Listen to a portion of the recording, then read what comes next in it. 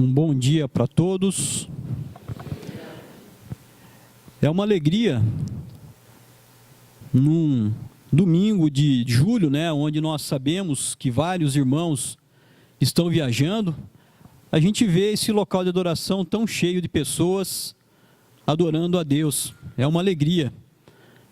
Tem vários irmãos que estão viajando. Hoje, por exemplo, nós não temos a família do Alan, do Alisson, nem do Márcio aqui, fora outros irmãos que provavelmente estarão viajando também.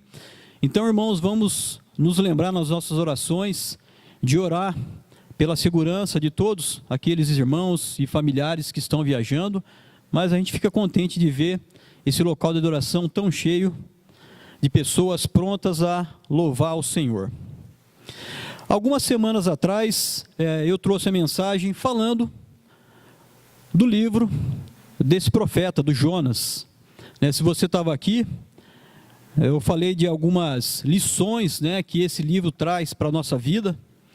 E com certeza, esse livro, apesar de ser pequeno, ele tem tantas lições importantes para a nossa vida.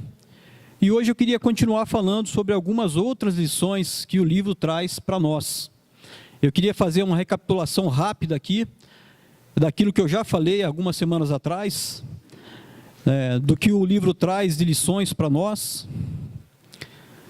Então eu falei um pouco sobre que nós não podemos duvidar da palavra de Deus, não que a gente duvide da Bíblia, mas eu falei dentro da questão do aspecto do que aconteceu com Jonas, e do que está escrito no livro. Eu falei que muitos estudiosos, muitas pessoas acham que essa história, vamos falar assim, ou esses fatos que estão nesses 4 capítulos de Jonas, foram uma parábola ou uma fábula que Deus colocou ali. E tem muitas pessoas que acreditam assim. E eu falei que até é razoável, porque tem acontecimentos ali, que é até estranho a gente pensar, mas um peixe engoliu um homem, a pregação de um homem num dia só, fazer uma cidade toda, uma grande cidade, como fala o texto, se converter toda, 120 mil pessoas sendo convertidas pela pregação de um homem.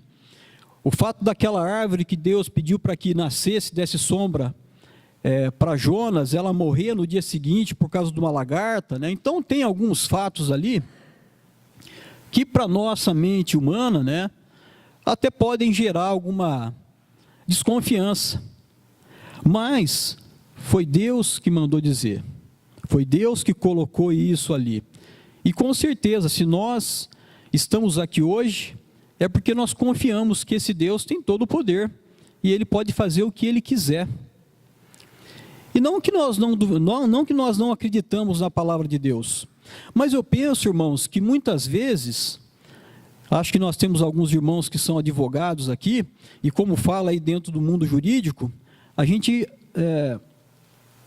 busca algumas brechas, vamos falar assim, na palavra de Deus, para justificar às vezes a nossa vontade.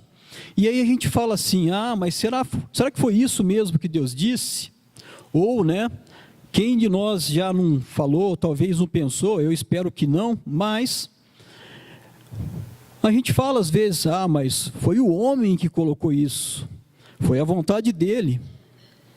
E a palavra de Deus em vários versículos, ela nos instrui que o que está escrito ali não teve manipulação do homem, não teve a vontade do homem ali, foi Deus que mandou colocar. Vários homens escreveram, mas isso foi a mando de Deus através do Espírito Santo.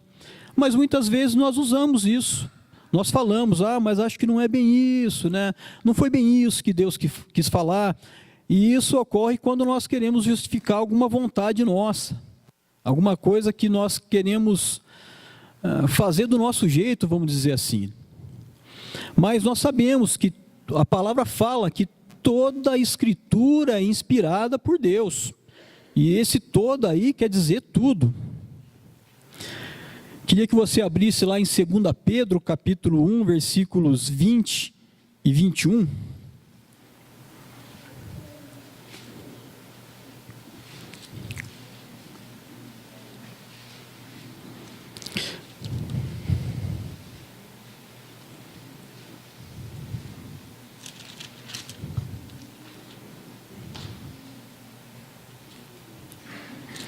2 Pedro, capítulo 1, versículos 20 e 21.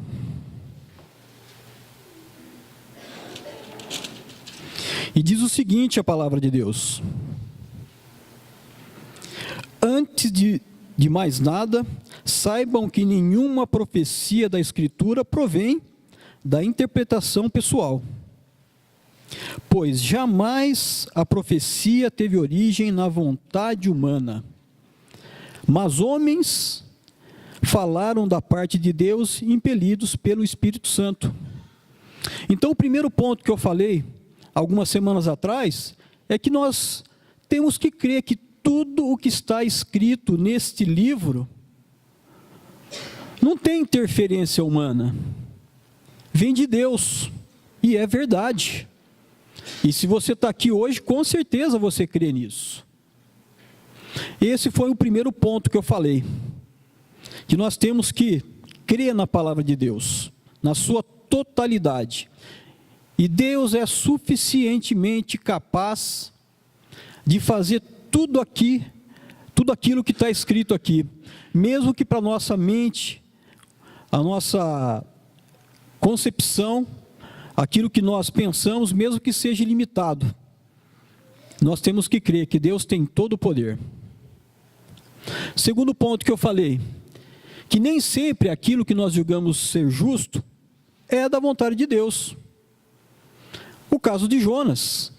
Se você sabe um pouco do contexto ali, do que Deus pediu para Jonas, que foi para pregar para a cidade de Nínive, né? E se você soubesse que a cidade de Nínive era a capital do Império Assírio, né? Um império mau, né? Que queria dizimar a nação de Israel, né? O povo hebreu, e Jonas sentiu isso na pele. É até cruel, vamos falar assim, aos nossos olhos, né? O que Deus pediu para Jonas. Mas se Deus mandou, temos que fazer, né? Então, o fato de alguma coisa, nós acharmos justo alguma coisa, isso não muda a posição de Deus. Isso não muda a ordem que Deus deu. Jonas tentou fugir, né? Ele é conhecido, Jonas é muito conhecido por ser o profeta fujão, né? Nós sabemos que ele, Deus mandou ele para um lado, ele foi para o outro, pegou um navio e sumiu, né? Mas não adiantou. E ele tinha, se a gente for considerar assim, humanamente falando, ele tinha até razões para fazer isso, né? Por aquilo que ele sofreu dessa nação, né? Dessa cidade, né? Capital do Império Assírio, um povo cruel, que queria dizimar, que matou vários hebreus, né? E Jonas sentiu isso na pele, né? Com certeza Jonas tinha todos os motivos para falar: Senhor, escolhe outro. Mas Deus escolheu a ele. Talvez fosse até justa, né, a reivindicação de Jonas de não ir para aquela cidade e pregar para aquele povo. Mas foi da vontade de Deus. Então, uma segunda lição que nós aprendemos é essa: que nem sempre aquilo que nós julgamos justo, ou aquilo que é legal aos nossos olhos, é da vontade de Deus. E nós temos que aceitar isso. Se nós colocamos a nossa vida nas mãos dele, ele é o nosso dono.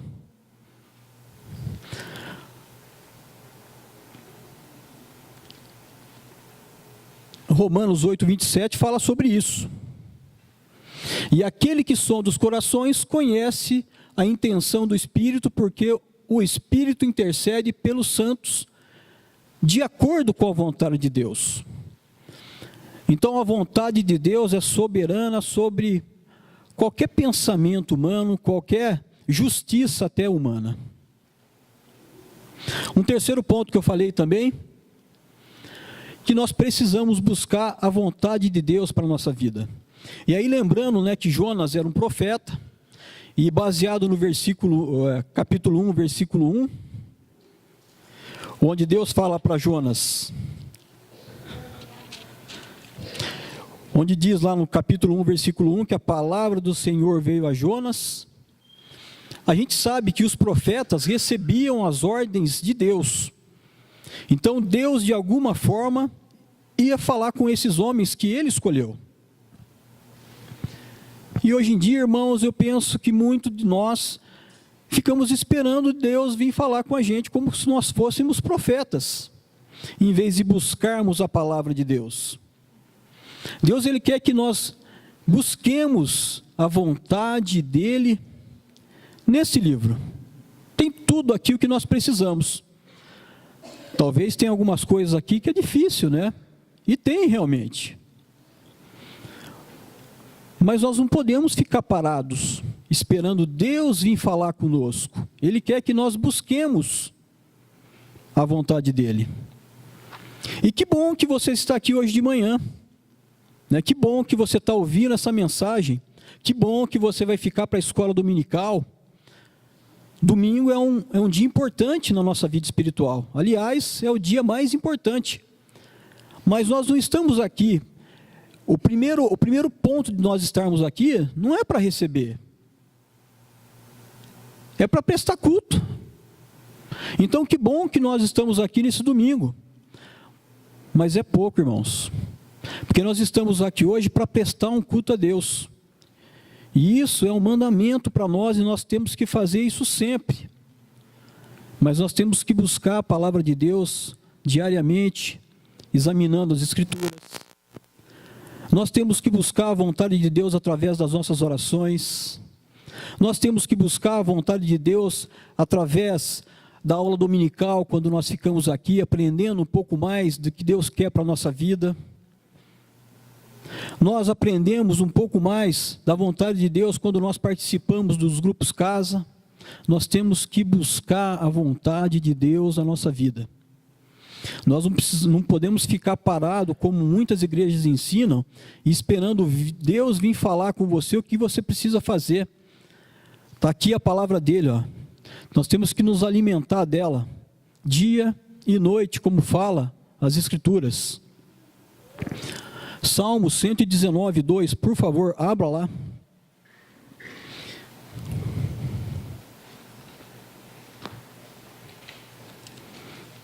Nós não vamos ler o Salmo 119 inteiro não, tá, irmãos? Só o versículo 2.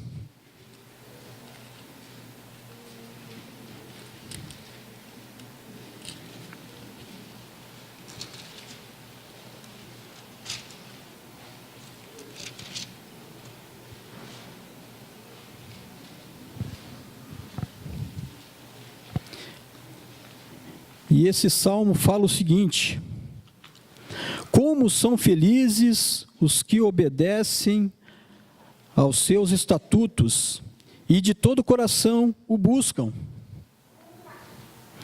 Temos que buscar a vontade de Deus para a nossa vida sempre. É uma terceira lição que nós aprendemos do livro de Jonas.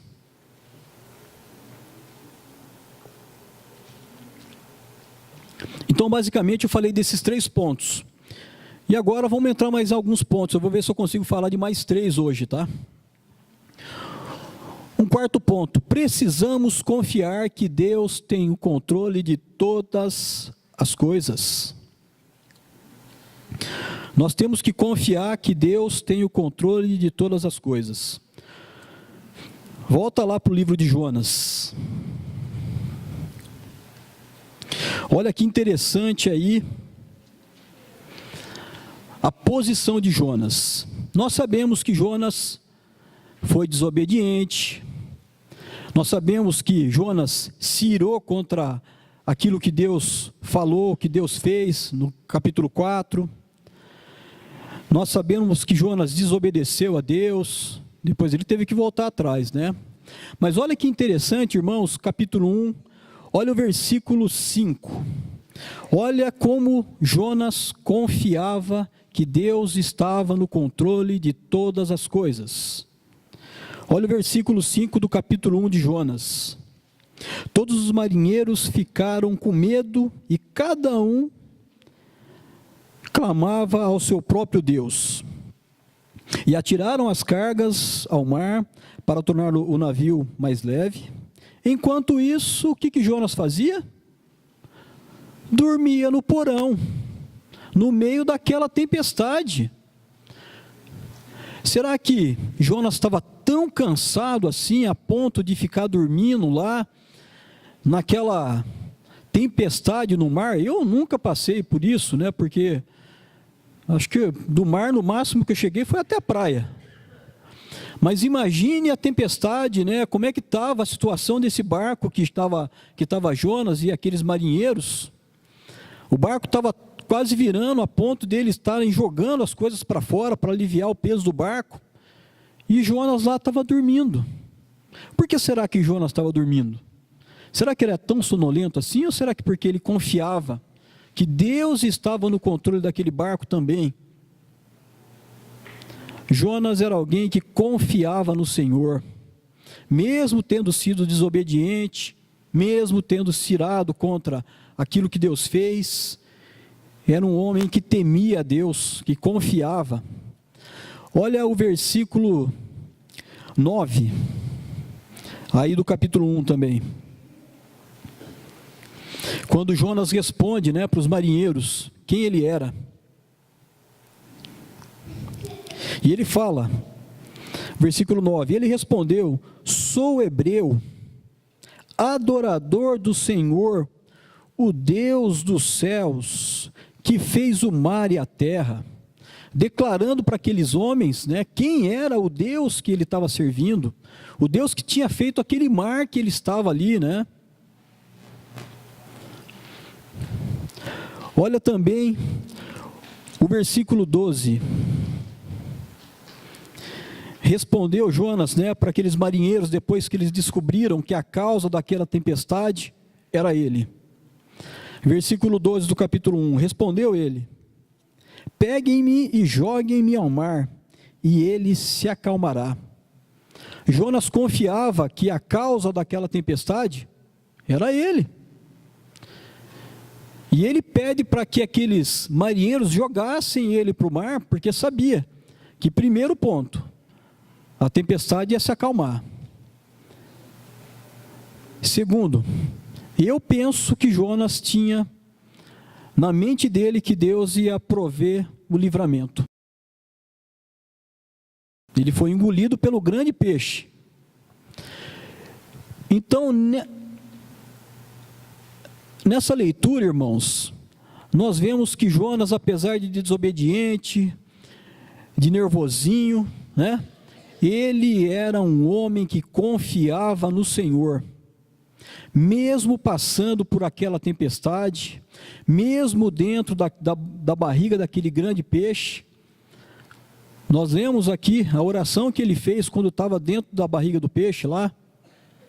É interessante a gente pensar nessas questões de Jonas, porque talvez acho que a gente pensa muitas vezes que o fato de Jonas estar dentro do peixe lá é um castigo de Deus. Infelizmente nós temos um pouco de facilidade de pensar nas coisas negativas, né? Mas pense, irmãos, que aquele peixe foi o livramento da vida de Jonas. Pensa como Deus proveu aquele grande peixe para que ele não morresse afogado. Porque como fala no capítulo 2, na oração que ele fez, ele estava dentro das profundezas do mar, ia morrer afogado. E Deus traz aí um livramento, um peixe tão grande a ponto de Jonas passar lá um tempo dentro daquele peixe. Jonas confiava que Deus estava no controle de todas as coisas. Jonas sabia que mesmo que ele fugisse, mesmo na tempestade, mesmo dentro da barriga do peixe, Deus estava no controle. E nós temos que ter essa mesma confiança em Deus, porque nós passamos também, irmãos, por tempestades na nossa vida. Nós temos que lembrar que se de repente Deus mandar o peixe te engolir, lembre que isso pode ser provisão de Deus na sua vida. Nós estávamos ontem estudando as lições para o Grupo Casa desse mês, de julho, e uma das questões, né, era o sofrimento. Vocês vão ver depois, durante as aulas, as lições do Grupo Casa. E é interessante, né? Como que Deus age. Sofrimento para muitas pessoas, aliás, para grande parte do ser humano, né? É coisa ruim. Mas é interessante, irmãos, que sofrimento na vida do cristão é crescimento, é prova, é para melhorar o nosso caráter. E isso, irmãos, está claro na Bíblia. Nós vemos isso, vários homens, pessoas que passaram por tribulações para que melhorassem a sua confiança em Deus. Então nós temos que ter essa fé, que mesmo quando nós estivermos numa tempestade, Deus está no controle de todas as coisas.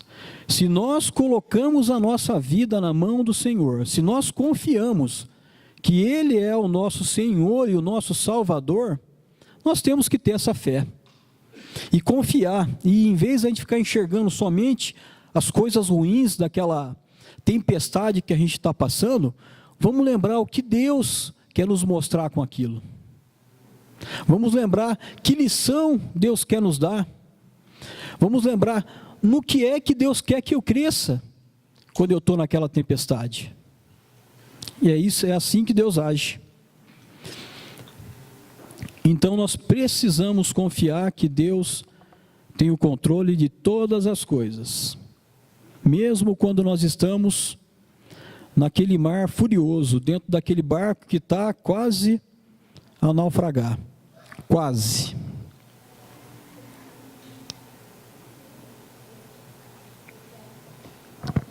Um outro ponto.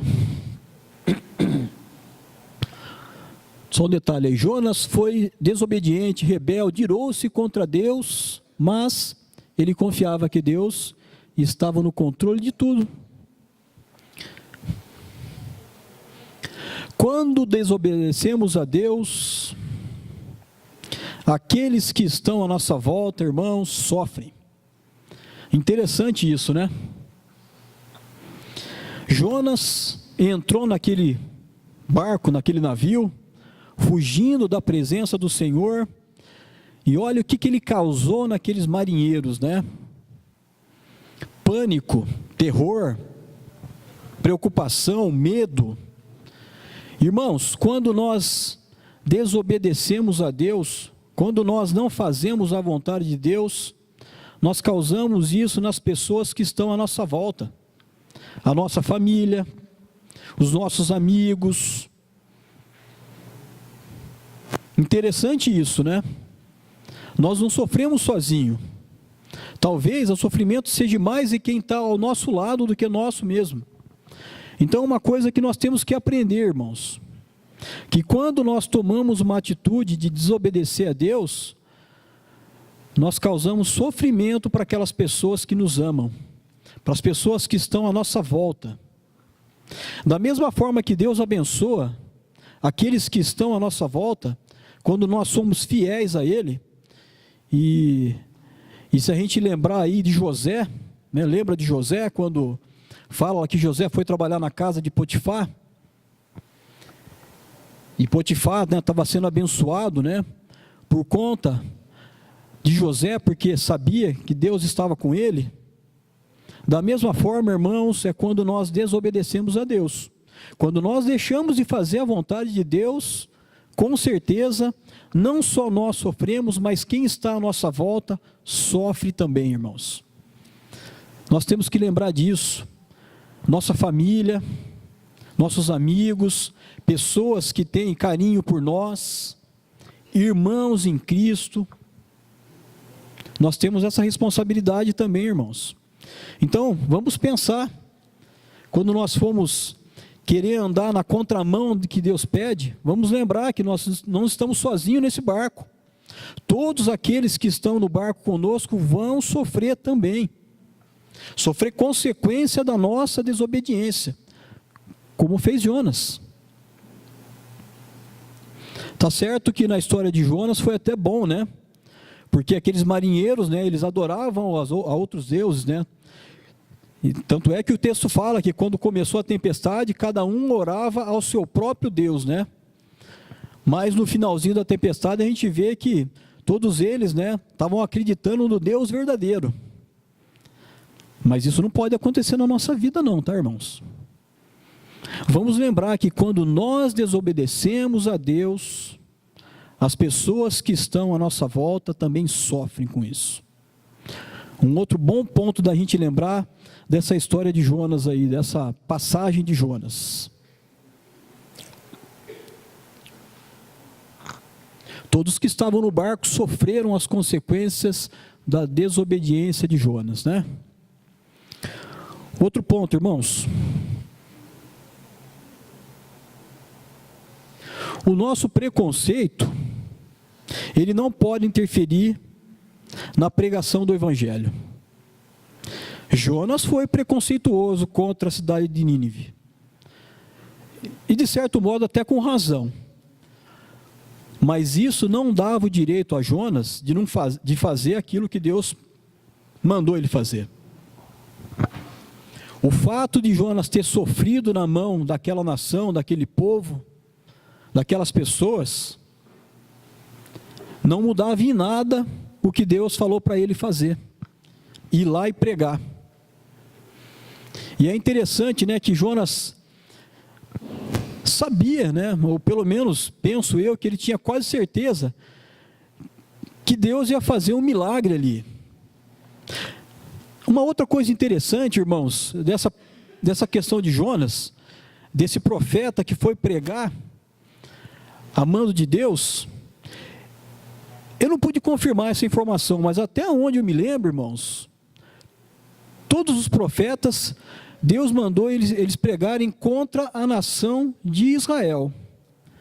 Mas eu penso que Jonas foi o único profeta que Deus pediu para que ele fosse pregar para uma nação que era pagã, que não era povo hebreu, que não era povo dele, escolhido por ele. Interessante isso, né? E Jonas teve que ir, não teve como fugir não. Tentou, foi para outro lado, mas acabou tendo que ir lá e pregar para aquela cidade, e o texto diz que a cidade toda se converteu com a pregação de Jonas, até o rei. Aliás, o rei deu um decreto lá, que todos tinham que ter essa mesma atitude.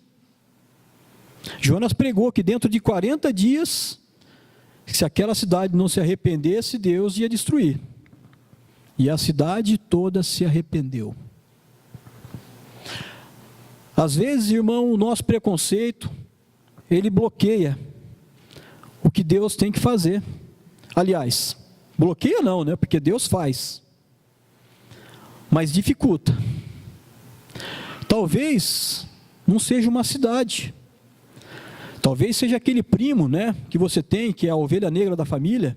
Aí você fala, ah não, esse aí, jamais. Talvez seja um cunhado, né, porque fala que cunhado nem é parente, né?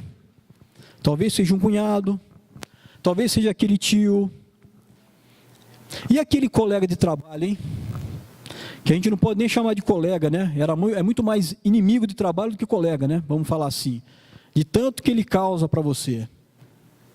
Às vezes Deus vai chamar você e falar, você vai trazer a salvação para ele, através da pregação. Você diretamente não, né? Porque quem faz isso é Deus, mas você vai ser a ferramenta. E aquele vizinho, irmãos, quem aqui nunca teve aquele vizinho que, pelo menos na minha infância foi assim, está vivo ainda esse vizinho, do meu pai. Se a bola caísse na casa dele, ele falou, eu pico com a faca. E ele fazia, tá? Então era um vizinho que ninguém gostava.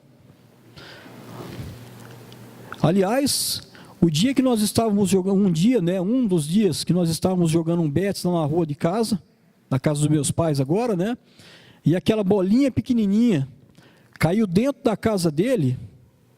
Eu não sei onde bateu aquela bolinha, se foi no carro, na janela, na porta, na parede. Eu sei que não ficou um lá para perguntar aonde foi parar a bolinha, tá? Sumiu todo mundo do jogo, acabou o jogo ali. Mas de repente é esse vizinho que você vai ter que ir lá e falar de Cristo para ele. Então, irmãos, o nosso preconceito, o nosso bloqueio, a nossa ira contra essa pessoa, ela não pode bloquear o que Deus pede para nós fazermos. E eu estou falando de coisas talvez aqui light, né? Mas eu sei que talvez tenham pessoas aí que tenham feito você sofrer muito. Muito. Mas talvez é você que vai ter que trazer a salvação através da sua pregação para essa pessoa. Talvez você vai ter que ser aquela pessoa que sofreu demais na mão daquela pessoa. E ela vai ser, ela vai achar que você é a última pessoa que vai falar de Cristo para ela. Mas você tem que fazer. Isso é a vontade de Deus. Então é uma outra lição que nós aprendemos de Jonas, né? Que o nosso preconceito, ele não pode interferir na pregação do Evangelho. Porque Jesus Cristo morreu por todos. Não foi só pelos bons, não. Senão nós nem estaríamos aqui também, né? Então, irmãos, são algumas lições. É claro que a gente pode tirar várias outras lições do livro de Jonas. A misericórdia que Deus teve nesse livro, do profeta, das pessoas. Poderia falar aqui de várias outras lições, mas eu queria que ficasse gravado na sua e na minha mente isso.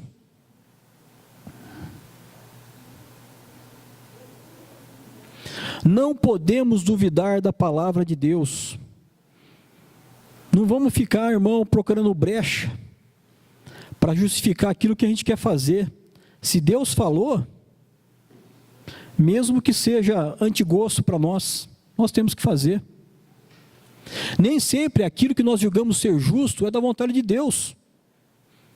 O nosso senso de justiça está abaixo da vontade de Deus, irmãos. A vontade de Deus é soberana sobre tudo. Precisamos buscar a vontade de Deus para a nossa vida. Nós não podemos ficar parados esperando esperando Deus vir falar no nosso ouvido, como muitas pessoas querem ouvir. Ah, se Deus não vier aqui, eu não vou fazer. Se Deus não vier falar comigo no sonho lá, depois da meia-noite, né, naquele dia chuvoso, não é mais ou menos assim que as pessoas fazem? Não, irmãos, nós temos que buscar a vontade de Deus. Ele quer que nós façamos isso. Precisamos confiar que Deus tem o controle de todas as coisas. Mesmo quando nós estamos passando por tempestade, nós temos que confiar que Deus tem um propósito para tudo e Ele quer ensinar algo para nós. Quando desobedecemos a Deus, os que estão à nossa volta sofrem, irmãos. Sofrem. Nós temos visto, infelizmente, semana passada eu tive que dar uma má notícia aqui. Com certeza. A igreja sofre, irmãos. Quando eu tive que falar daquelas pessoas que se desligaram da comunhão. É como se tivesse cortado um pedaço do nosso corpo. Representa isso, é o corpo de Cristo. Nós não somos o corpo de Cristo nessa terra? Nosso preconceito não pode interferir na pregação do Evangelho. Nós temos que jogar fora nosso preconceito, irmãos. Nós temos que lembrar que nós temos aqui uma função nesse mundo. Nós estamos aqui passando somente um tempo. Nós não somos mais desse mundo, vivemos nele ainda. Mas somos peregrinos, como a palavra fala. Estamos aqui de passagem, não fazemos mais parte desse mundo. Nós pedimos a cidadania para o mundo espiritual. Mas nós temos um trabalho aqui, que é apresentar a salvação de Jesus Cristo para todos que nós conhecemos. Por mais difícil que seja para nós, é isso que Deus quer que nós façamos. E eu espero que eu e você, irmãos, possamos aprender dessas lições de Jonas na nossa vida. Várias lições importantes para mim e para você. Que Deus nos abençoe a fazer sempre a vontade dEle, a confiar nele em tudo, a buscar sempre a palavra dEle, a deixar os nossos preconceitos de lado, a confiar nele para que os outros não sofram também. Vamos orar. Senhor, bondoso Deus e maravilhoso Pai, nós queremos agradecer ao Senhor, Pai, porque vemos que a Tua palavra é viva e eficaz, Pai, e ela nos ajuda tanto, Pai, ela nos fortalece, ela nos mostra aquilo que nós precisamos fazer. Obrigado, Pai, pela mensagem do livro de Jonas, um livro pequeno, Pai, que às vezes a gente acha até engraçado os acontecimentos ali, mas quantas coisas boas o Senhor coloca ali para nós, quantas lições importantes, Pai, para nós vencermos as dificuldades que nós passamos nesse mundo, nós vemos nesse livro. Que o Senhor, Pai, continue nos abençoando com a Tua palavra, nos dando, Pai, o entendimento daquilo que nós precisamos fazer, Pai, para que possamos vencer as dificuldades da vida. Obrigado, Pai, pelo Teu Filho Jesus, que morreu por nós naquela cruz e que nos ajuda. Obrigado, Pai, pelo Teu Espírito Santo, que habita em nós e que também nos dirige naquilo que nós precisamos fazer, Pai. Obrigado pela Tua palavra, que age em nossa vida quando nós buscamos a ela. É em nome do Seu Filho amado Jesus que nós oramos e agradecemos. Amém.